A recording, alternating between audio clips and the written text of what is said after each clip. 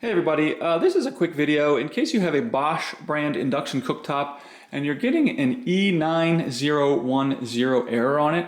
And if you're getting that error, it's probably not working properly or maybe not working at all.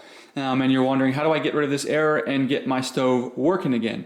So first of all, what is this error? So the E9010 error comes up when the stovetop is not getting the electricity that it needs to function properly. So we're going to look at a couple of reasons that this might be happening and what to do to solve them.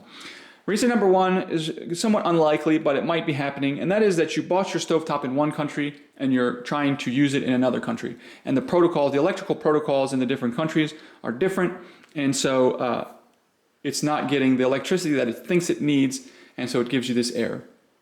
Second thing that could be happening is that you have it plugged in, not hardwired into your electrical system, but you're using an extension cord to plug it in.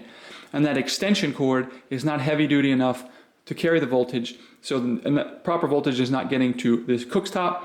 So if you have if you're getting this error and you have it plugged in via an extension cord, you need to plug it in directly, figure out how to get it plugged in directly, or even just, if you can't do that, try changing extension cords using a heavier duty one.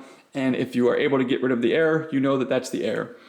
And the last thing that I would suggest is that you might have other things on the circuit that the stove is connected to that are pumping electricity off it and creating an insufficient or unstable electrical supply to the stovetop.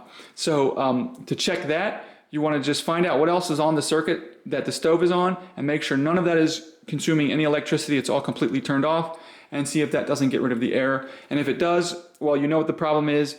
And the solution would be to just make sure that your stovetop is on its own dedicated circuit, so nothing can come and prevent it from getting proper electricity.